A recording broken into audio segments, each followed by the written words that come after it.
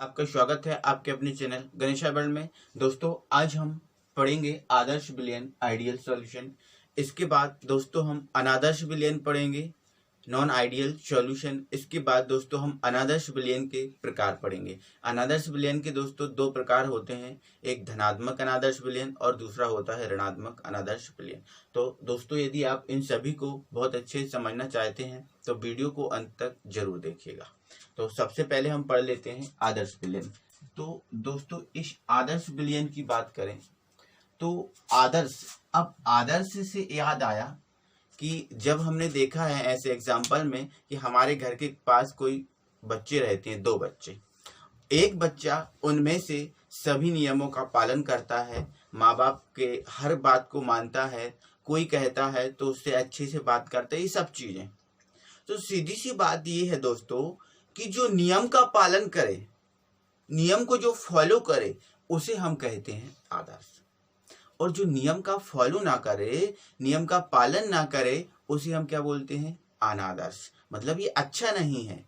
अब ये बच्चा अच्छा है, ये सबका काम करता है, सब नियमों का पालन करता है, तो ये अच्छा है और ये अच्छा नहीं है। तो मतलब आदर्श मतलब एक अच्छा होता है और अनादर्श मतलब एक अच्छा नहीं होता है, जो नियम का पालन ना करे उन्हें अनादर्श बोलते हैं। ठीक है, तो दोस्तों इस आदर्श का मतलब तो हम समझ ही गए।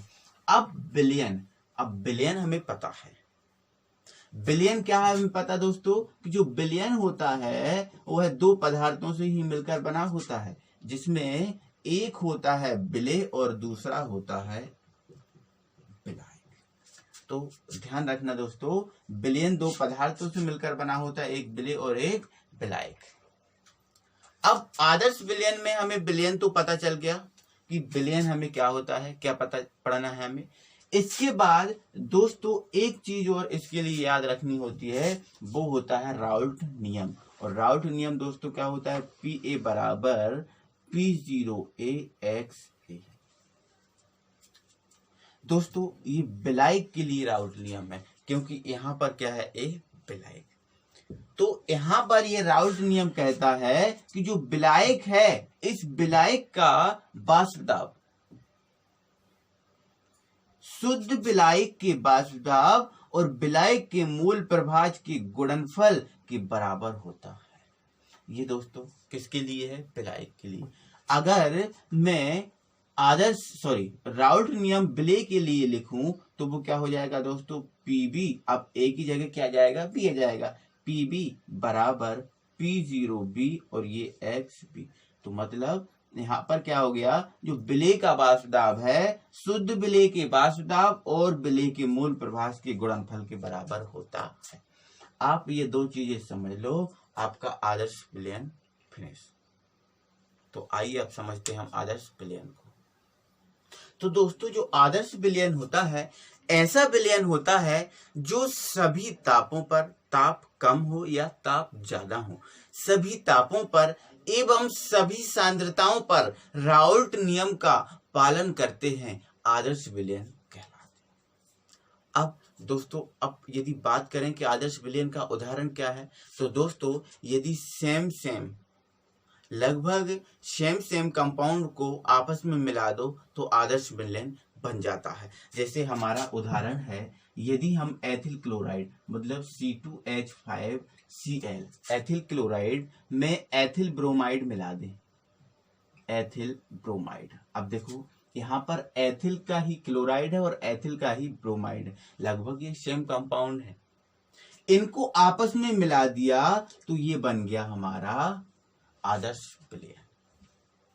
दूसरा उदाहरण, यदि हम एथिनॉल मतलब CH3OH, ये मेथिनॉल है और एथिनॉल C2H5OH, अगर हम इसमें ये आपस में इनको मिला दें तो ये आदर्श बिलियन बन जाएगा, क्योंकि लगभग ये सेम कंपाउंड है। तो दोस्तों ये आदर्श बिलियन और इसके उदाहरण हुए। अब दोस्तों जो आदर्श बिलियन होता है उसकी कुछ शर्तें होती हैं। क्या दोस्तों? उसकी कुछ शर्तें होती हैं, ये कुछ शर्तों के अनुसार ही चलता है। उसकी शर्त ये होती है दोस्तों, पहली शर्त होती है कि जो विलायक का वाष्प दाब होता है वह शुद्ध विलायक के वाष्प दाब और विलायक के मोल प्रभास के बराबर होना चाहिए। ये आदर्श विलयन बना है, ये इसके उदाहरण है। यदि इस आदर्श विलयन में ये शर्त लागू हो रही है तो ये आदर्श विलयन होगा। एक मान लेते हैं दोस्तों, यहाँ पर जो C2H5 था, एक मिनट, यहाँ पर जो C2H5 था वो था 100 ml और यहाँ पर जो C2H5Br था वो मान लेते हैं दोस्तों 10 ml था। अब ऐसा था तो ये विलायक हुआ और ये क्या हुआ, विलेय। तो इसके लिए ये होता है कि जो विलायक है मतलब ये है, इसका जो वाष्प दाब है वो शुद्ध विलायक मतलब जल, शुद्ध विलायक क्या होगा, जल। शुद्ध विलायक के वाष्प दाब और जो विलायक है मतलब ये, इस विलायक के मोल प्रभास के गुणनफल के बराबर होना चाहिए।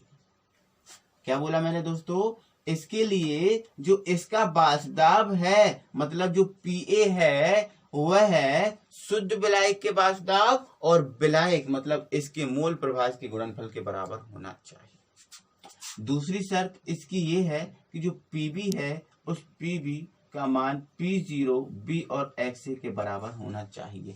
अब यहाँ पर बात की है, ये विलेय है तो इसकी बात की है कि जो विलेय है इसका जो वाष्प दाब है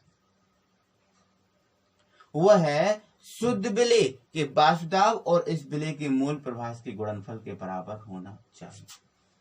तीसरी शर्त यह है दोस्तों कि जो आदर्श विलयन हम जब बनाते हैं तो इनके आयतन में और एंथैल्पी में कोई परिवर्तन नहीं होता।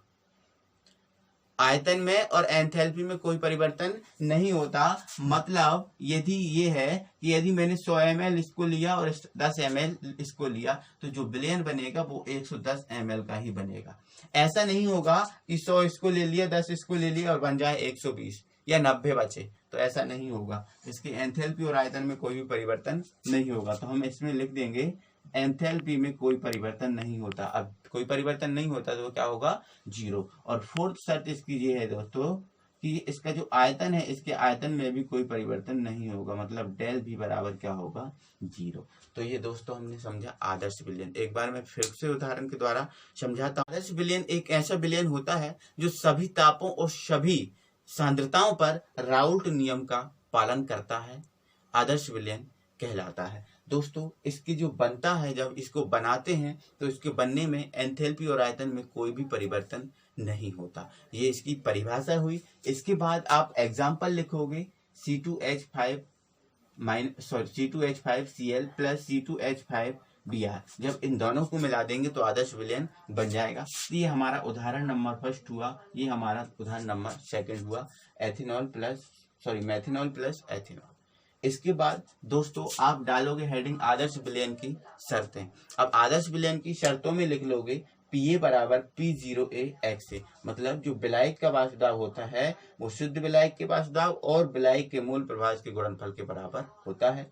इसके बाद दोस्तों Pb बराबर P0B XB, मतलब इसका ये है कि जो दोस्तों विलेय का वाष्प दाब होता है वो शुद्ध विलेय के वाष्प दाब और उस विलेय के मूल प्रभास के गुणन। सॉरी दोस्तों यहाँ पर कुछ मिस्टेक है, यहाँ पर XB नहीं, XA नहीं होना था, यहाँ पर XB होगा। तो जो विलेय का वाष्प दाब है शुद्ध विलेय के वाष्प दाब और विलेय के मूल प्रभास के गुणनफल के बराबर होता है।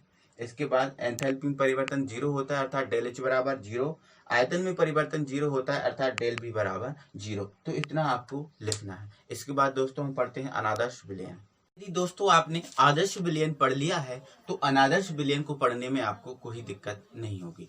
तो दोस्तों अनादर्श मैंने आपको बता ही दिया था पहले उदाहरण के द्वारा, जो अच्छा वो आदर्श, जो अच्छा नहीं वो अनादर्श। मतलब जो नियम का पालन करे वो आदर्श और जो नियम का पालन नहीं करे वो अनादर्श। तो अनादर्श विलयन, तो दोस्तों ऐसा विलयन होता है जो सभी तापों और सभी दाबों पर, अब उसने सभी ताप और सभी दाब मतलब कम ताप और अधिक ताप, सभी तापों और सभी सांद्रताओं पर, सॉरी दोस्तों सांद्रता बोलना था, सांद्रताओं पर राउल्ट नियम का पालन नहीं करते,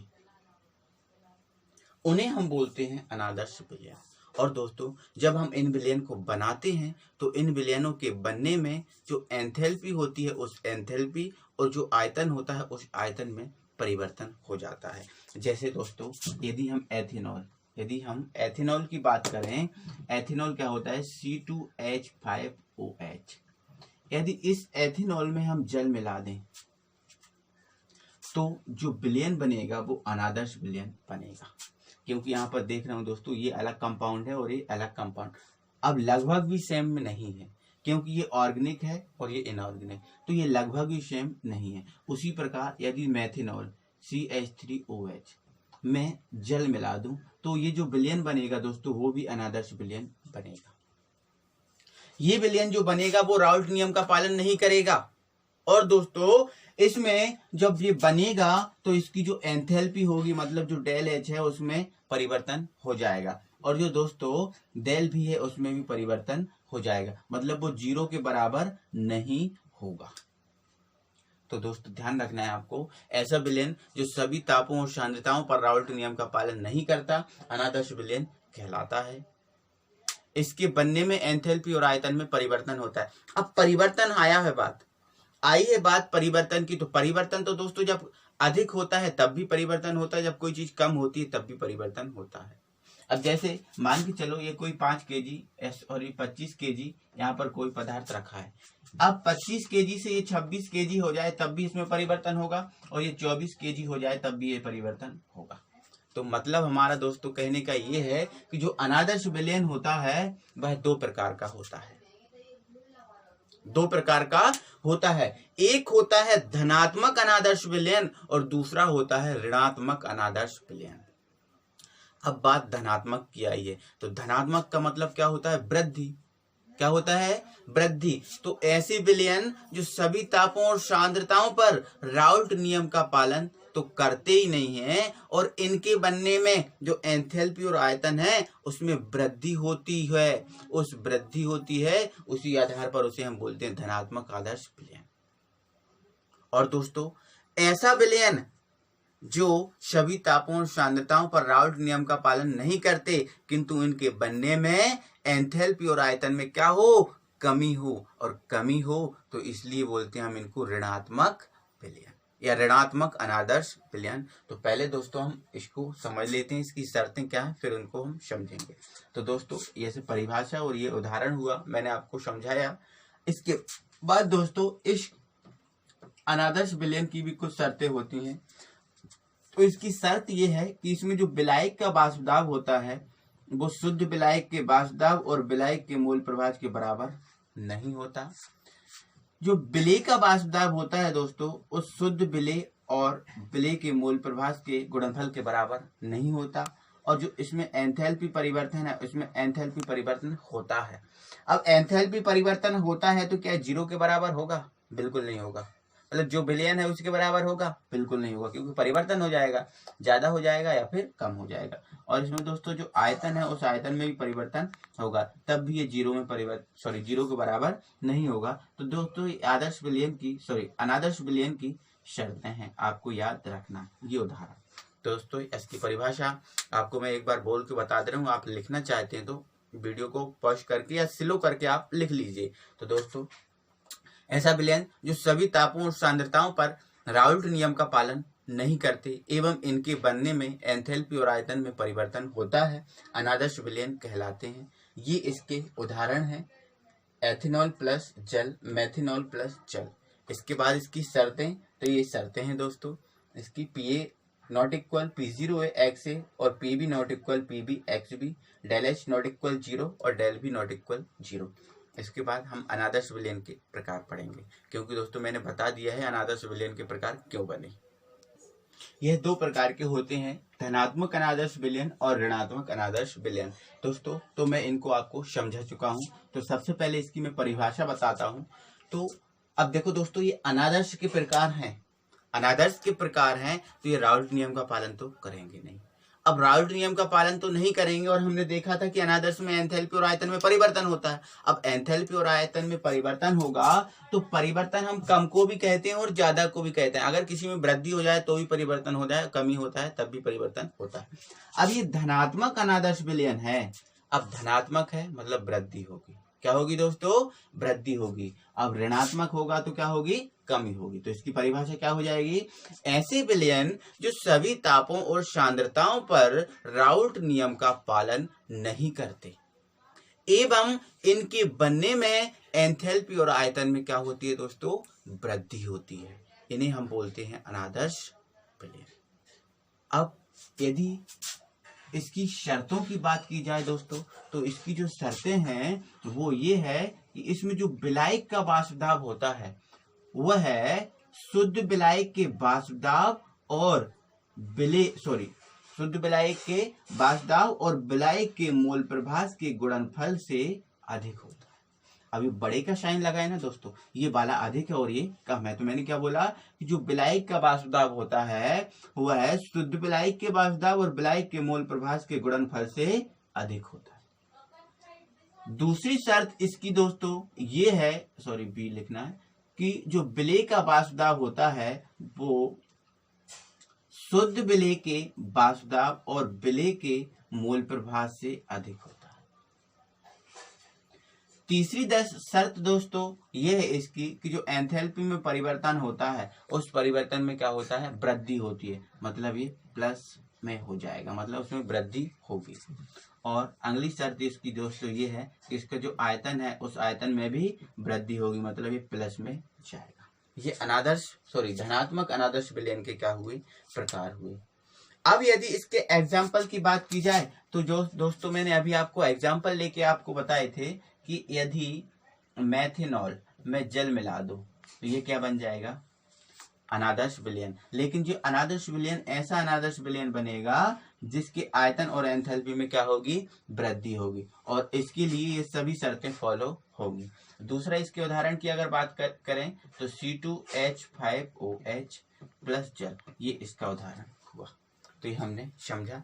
इसके बाद हम अनादर्श विलयन को समझते हैं। तो दोस्तों जो अनादर्श विलयन होता है एक ऐसा विलयन होता है जो सभी तापों और सांद्रताओं पर राउल्ट नियम का पालन तो करेगा ही नहीं, क्योंकि अनादर्श का प्रकार है। और दोस्तों जब ये बनता है तो इसके एंथैल्पी और आयतन में क्या हो जाती है? कमी हो जाती है। क्या हो जाती है? कमी हो जाती है। तो इस प्रकार के विलयन को हम बोलेंगे दोस्तों ऋणात्मक अनादर्श विलयन। अब इस विलयन की भी कुछ शर्तें हैं। तो दोस्तों इस विलयन की जो शर्तें हैं वह ये है कि इसमें जो विलायक का वाष्प दाब होता है वह शुद्ध विलायक के वाष्प दाब और विलायक के मोल प्रभास के गुणनफल से कम होता है। अब यहाँ पर ये साइन उल्टा हो गया तो मतलब ये कम है। दूसरी शर्त इसकी ये है दोस्तों कि जो विलेय का वाष्प दाब होता है वो शुद्ध विलेय के वाष्प दाब और विलेय के मोल प्रभास के गुणनफल से कम होता। अब अगली शर्त ये है कि दोस्तों इसमें जो एंथैल्पी है उसमें परिवर्तन होगा, लेकिन उस एंथैल्पी में दोस्तों कमी होगी तो माइनस लगा देंगे हम। अब कमी के लिए हम माइनस लगा देते। अगली शर्त ये है कि जो आयतन है उसमें भी कमी होगी तो ये भी क्या होगा? माइनस में होगा। तो इस प्रकार से दोस्तों हमने ये शर्तें देखी। दोस्तों अब आपको होमवर्क में कुछ दे रहा हूं आपको। तो होमवर्क का आपका ये है होमवर्क दोस्तों कि आपको धनात्मक अनादर्श विलयन, ऋणात्मक अनादर्श विलयन में अंतर स्पष्ट करके लाना है। और दोस्तों कम से कम आप 3 से 4 अंतर को स्पष्ट करेंगे धनात्मक अनादर्श विलयन और ऋणात्मक अनादर्श विलयन में। पहला होमवर्क, पहला क्वेश्चन। दूसरा क्वेश्चन आपका यह है होमवर्क का दोस्तों कि आपको आदर्श विलयन और अनादर्श विलयन में अंतर स्पष्ट करना है। वो भी आपको 3 से 4 करना है। तो दोस्तों आई होप कि आप इस होमवर्क को पूरा करेंगे और मुझे कमेंट बॉक्स में लिखकर बताएंगे कि सर हमने होमवर्क को किया। तो दोस्तों एक मिनट दोस्तों, यहाँ से ऋणात्मक अनादर्श विलयन के कुछ उदाहरण रह गए हैं वह भी बता दे रहा हूँ। तो जो दोस्तों ऋणात्मक अनादर्श विलयन है, यदि हम सल्फ्यूरिक अम्ल मीन्स H2SO4 में जल मिला दें, अगर हम सल्फ्यूरिक अम्ल में जल मिला दें तो जो विलयन बनेगा उस विलयन में कमी हो जाएगी। मतलब यदि हम ये 10 ml लें और ये लें 10 ml तो यहाँ बनना चाहिए 20 ml, लेकिन 20 ml नहीं बनेगा, कुछ 19 ml या फिर 18 ml के आसपास बनेगा। तो आयतन में क्या हो रही है, कमी। तो सल्फ्यूरिक अम्ल और जल मिला दे तो दोस्तों बनेगा ऋणात्मक अनादर्श विलयन। दूसरा एग्जाम्पल दोस्तों ये है, यदि हम CH3COOH मतलब एसिटिक अम्ल में भी जल मिला दें तब भी दोस्तों ये बनेगा ऋणात्मक अनादर्श विलयन। तो इसके एग्जाम्पल हुए। तो आई होप कि दोस्तों आज की वीडियो में आपको सभी कुछ समझ में आया होगा। अगली वीडियो के साथ दोस्तों हम फिर मिलते हैं, तब तक के लिए थैंक यू वेरी मच।